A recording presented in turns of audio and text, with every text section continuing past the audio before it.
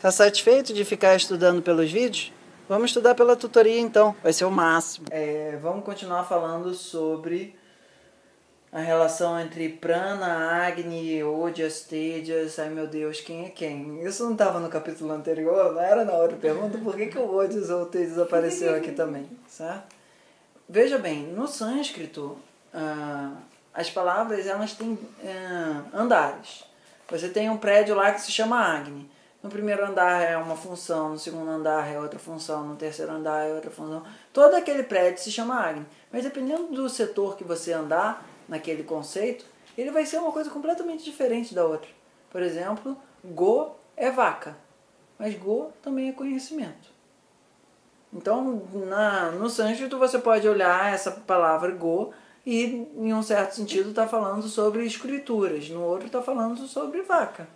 E todas elas são a mesma coisa em determinados níveis. Ok? Deu para ficar bastante claro o que eu estou querendo falar em termos dessa multiplicidade de sentidos dentro de um determinado prédio sonoro? Ok?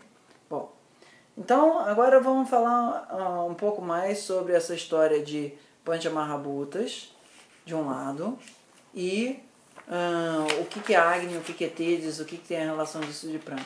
Tem o meu módulo famoso, Prana, Tejas e Ojas, que é feito a partir desse livro, viu? O do Uma Visão Ayurvédica da Mente. Eu resolvi falar assim, nossa, esse livro daqui ele é confuso demais para fazer algum sentido. Vamos parar e vamos entender o que é Prana, Tejas e Ojas, certo? Aí eu passei um tempo estudando esse livro para formar esse workshop. Bem de graça assim, no YouTube, só chegar lá e transformar isso em alguma coisa mais sistematizada. Porque a minha sensação lendo os livros do Frolle é meio que sempre assim, cara, ele sempre fala a mesma coisa, mas parece que ele está falando alguma coisa diferente. O que é diferente parece que ele está falando? É sempre essa questão. Alguma coisa ele tá, mas tem que saber achar ali, certo? Quando você pega para ler vários do Frolle em seguida, como eu cheguei a fazer, uns 3, 4, assim, você fala, mas esse parágrafo eu já li no outro livro. Mas o que é a ideia de pranas, tejas e ojas? Quando essas palavras aparecerem juntas assim, está dentro do yoga. Ok? Prana, tejas e ojas são elementos yógicos para um desenvolvimento espiritual. Você só consegue ter a tua espiritualidade saudável quando você tem o vessel, aquilo que sustenta, ojas, a energia catabólica, tejas, e a inteligência governante, prana, funcionando de uma maneira harmoniosa. Ou seja, você comeu a tua alimentação lá super cafa, tá com o metabolismo aceleradíssimo e tá fazendo um processo de comunicação num nível mais sutil, que está gastando uma quantidade de energia bizonha. E essas três coisas elas estão andando como um tripé equilibrado. Ok? Então, Prana, Tejas e Ojas, quando você lê essa tríade, você sabe que ela apareceu a partir do yoga. Tá? Quando você vê no meio do caminho Akash, Vayu, Tejas, Jala, Prithvi, você vê da pessoa falando de uma maneira mais cosmológica imensa. Quando você vê a pessoa falando Akash, Vayu, Agni, Ambu e Prithvi, você vê ela já num nível um pouco mais denso, certo? O que significa que, dependendo da tradição e dependendo do nível de estrutura microcósmica sutil, as coisas têm definições um pouquinho diferentes. Mas isso por enquanto não importa, porque isso é tipo papo viajandão astrofísico demais nesse momento. Quando você lê Prana, Agni, Ojas e Tejas, você vai estar falando de Ayurveda, certo? E principalmente você vai ver isso no livro do Vasantala, o amarelinho. A ideia, e tem aquele, como é que é o nome daquilo? Aquele diagrama que a gente botou no curso, falando o seguinte, a gente tem uma forma de organização da energia metabólica. Essa energia metabólica é Agni, certo? Ela é regida por Prana. O objetivo é fazer com que, quando você tenha alguma coisa que foi impressa na tua mente, que passou pelos teus sentidos, alguém vai ter que coordenar a digestão disso. Quem coordena é prana. Quem digere é Agni. Certo? Passou o primeiro round. Vai passar pelo fígado. Aquilo dali vai fazer uma organização dos Mahabhutas. Akash, Vayu, Agni, ou Tejas, Jala e Prithvi. Passou disso, vai para um nível micro, um nível sutil, que é um nível que a gente chama de Sukshma. E nesse nível sutil é que vai entrar a palavra de Tejas. Tejas é um metabolismo no nível celular, e não um metabolismo no nível que a gente consegue enxergar. A Agni você consegue mensurar na forma de enzima, mas você não consegue mensurar isso de nível de enzima no nível celular. Pode ser que até hoje em dia nossa microbiologia consiga fazer isso em algum grau a partir de alguns traços ali. Mas é bem mais difícil, ok? Não é uma coisa que você eventualmente vai conseguir vomitar, entende? Não é alguma coisa que você vai conseguir pegar. É num nível muito microscópico. E o microscópico é sutil nesse sentido, certo? Você não vai conseguir encostar ele através dos teus indrias, certo? Até aqui? Então, qual é a relação agora, que é o que a gente está falando, entre prana, agni, tejas e ojas? Quando você faz o processo de digestão bem feito no nível do agni, ele vai parar no nível do tejas. E quando o nível do tejas faz uma digestão bem feita, ele permite que a sua célula se construa e você tenha nutrição. Essa nutrição vai passando pelo que o Ayurveda chama dos 7 sistemas estruturais de suporte, Rasa, Rakta, Mansa, Meda, Asti, Madhya, Shukra, Ojas. Ojas, ele é o refinamento da matéria metabólica num nível imunológico e de bem-estar. No Ayurveda, saúde ao mesmo tempo é felicidade. Saúde imunológica e felicidade são ojas. Essas duas coisas elas são juntas para serem algo, certo? Não dá para você ter saúde imunológica e não estar contente dentro da perspectiva do Ayurveda. Não dá para você estar contente sem ter essa capacidade de resposta imunológica. Então, essa linhazinha prana, agni, ojas, tejas, na verdade é melhor botar prana, agni, tejas, ojas, ela é uma linha do Ayurveda. A outra linha, que é a linha do Yoga, é prana, tejas e ojas.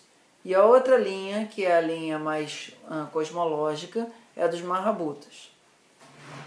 No livro do Vasantila, do Amarelinho, ele mostra a relação entre patologias quando o Tejas está excessivo, quando o Ojas está excessivo, quando o Ojas não está produzido de uma maneira, não está cozinhado de uma forma suficiente. Ojas você pode pensar assim como a crème de la crème, só que ela precisa virar comida. É como se você pegasse o ghee. O ghee ele é muito expresso, as qualidades do ghee são similares às qualidades de ojas, em um certo sentido, naquela coisa que eu falei da vaca e do conhecimento tudo serem go, ojas e ghee são a mesma coisa, porque eles expressam os mesmos atributos, exatamente os mesmos atributos, okay? Que é a descrição do ojas isso e tem a coloração do ghee. Ou do arroz queimado, que é a mesma coisa, certo? Então, a ideia do Ayurveda não é assim você gerar ojas à torta e à direito. Você comer uma alimentação super cafa para ter muito ojas. É você gerar no nível onde tejas esteja queimando ojas e transformando ele num ojas aproveitável, e você não esteja com o tejas forte demais destruindo ojas, que por exemplo, na perspectiva do Ayurveda, a AIDS é explicado dessa forma, e tem outras também, doenças autoimunes onde o tejas está destruindo o teu ojas, e nem situações onde, por exemplo, a diabetes, onde você está produzindo ojas que não está sendo metabolizado o suficiente, que aquilo dali está empurcalhando o sistema. Tudo isso é governado por prana. Então, depois, se vocês quiserem olhar isso de uma forma mais detalhada, tem o Ayurveda Bem Viver, aqueles últimos, os do 40 em diante, que eu estou falando sobre Oja Kishaya, Oja Vrudi, Oja isso, Oja aquilo, para vocês entenderem quais são os processos patológicos de distúrbios de TEDs e ODs no funcionamento do nosso sistema. Os distúrbios de prana batem basicamente no nível mental, onde a gente começa a ter muitas questões psicóticas quando o prana está hiperacelerado e passa a ter depressão quando o prana está subativo, certo? Mas o prana a gente estuda muito mais através do fluxo, através dos esrotas, que é um tema que são 16 sistemas de fluxo. O Ayurveda, de uma forma mais categórica, ele não pode ser organizado assim. Você precisa conhecer Agni e ter um entendimento de Agni, conceito fundamental. Você precisa conhecer Vata, Pitta e Kapha, entender a relação de Vata, Pitta e Kapha com Agni, aspecto fundamental. Você precisa entender quando isso dá sucesso e gera datus, ou quando isso dá errado e gera ama. Quando gera ama, você vai para o sistema patológico. Quando vai para gerar dados, você vai para o sistema fisiológico. Aí que você conhece de estruturas de suporte fisiológico, que são os dados, a Sarakta, etc. Depois que você entende isso, você começa a escutar da palavra Odis. Aí você fala assim, agora eu já sei alguma coisa de Ayurveda. Até que você entende que não, você ainda não entendeu nada de Ayurveda. Que você ainda está vendo as coisas como um sistema estático. Você ainda não está vendo todo aquele sistema atuar tudo junto ao mesmo tempo. É que nem você está jogando aqueles simuladores de computador e está tudo em pausa e você está fazendo um monte de coisa com tudo em pausa. Na hora que o negócio começa a rodar o simulador, as coisas acontecem de uma maneira bem diferente. O que é esse rodar o simulador? São os esrotas, certo?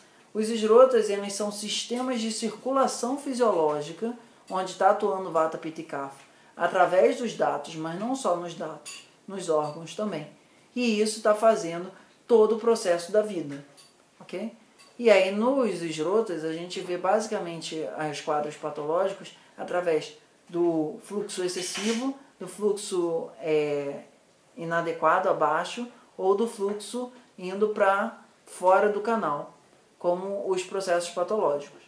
Esse tipo de coisa normalmente é difícil de você encontrar bem detalhado nos cursos de Ayurveda mais introdutórios, porque